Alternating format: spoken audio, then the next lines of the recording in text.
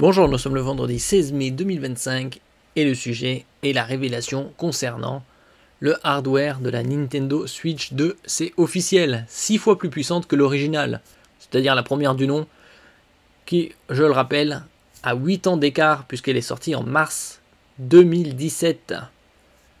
Et donc nous allons voir les specs plus en détail de cette nouvelle Switch 2 qui sortira dans 3 semaines environ, le 5 juin. Ici, on peut voir par exemple des bons plans en ce qui concerne le bundle. Nintendo Switch 2 plus Mario Kart World à 499 au lieu de 509. Donc ça fait déjà 10 € d'économie et vous avez 2% de cashback. Également sur la version standard, c'est-à-dire la console seule, à 439 au lieu de 469. N'oubliez pas de vous abonner pour plus de news sur le monde de la high-tech ainsi que les bons plans, également sur mon Twitter et en description sous toutes mes vidéos. Vous pouvez les retrouver dans mes playlists. La Nintendo Switch 2 dévoile enfin ses caractéristiques techniques définitives. Au programme, une architecture Ampere signée Nvidia, donc ça concorde avec les rumeurs. Un écran HDR 120 Hz. En 2025, c'est le minimum, que ce soit le 120 Hz et le HDR. Du DLSS. HDR pour High Dynamic Range, on a des images de meilleure qualité, tant au niveau de la luminosité, du contraste, des couleurs et des détails. Un taux de fréquence 120 Hz, aujourd'hui, comme je disais, c'est le minimum pour une bonne fluidité. Du DLSS, technologie de Nvidia, pour augmenter le nombre d'images par seconde. Et des choix techniques qui privilégient l'efficacité plutôt que la démesure brute.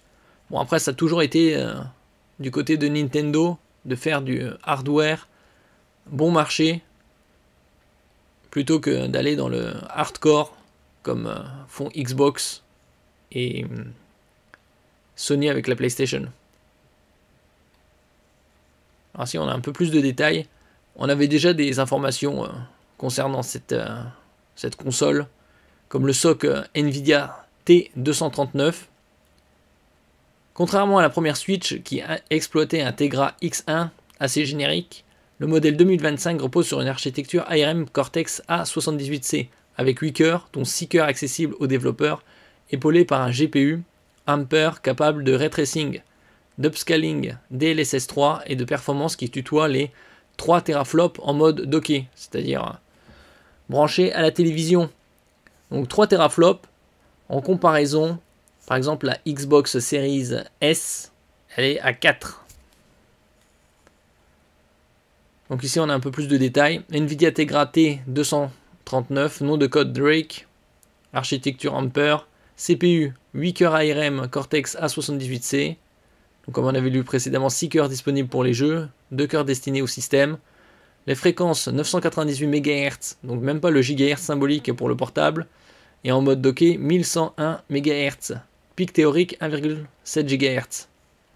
Donc c'est un peu comme les données qui ont été révélées par le youtubeur chinois qui avait mis la main sur l'architecture de la Nintendo. GPU 1536 cœurs CUDA Ampère, fréquence 561 MHz en portable, 1007 MHz en docké, plafond 1,4 GHz.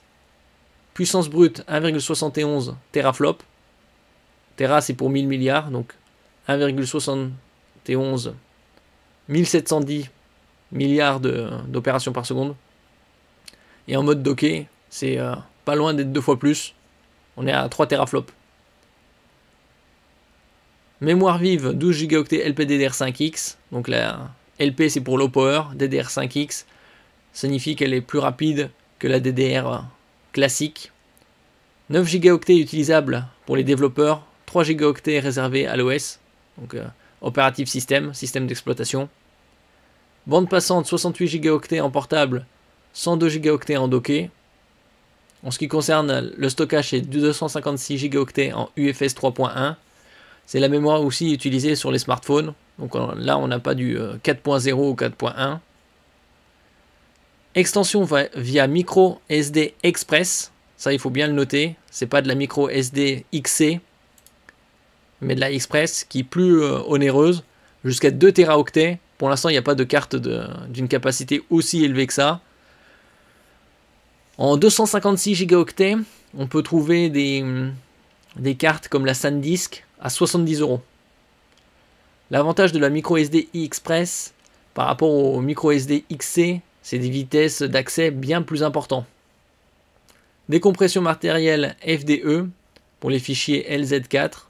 Bon, ça, après tout le reste, c'était plus ou moins révélé, donc on le savait déjà. Là, c'est juste définitif.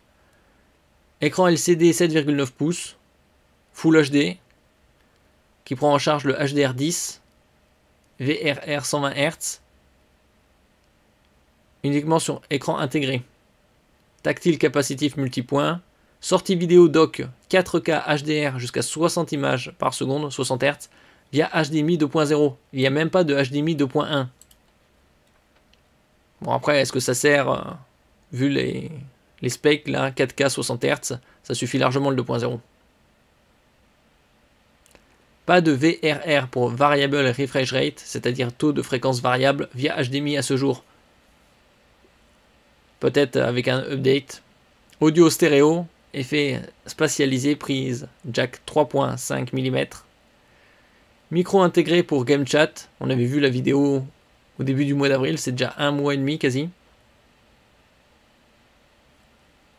Connectivité Wi-Fi 6.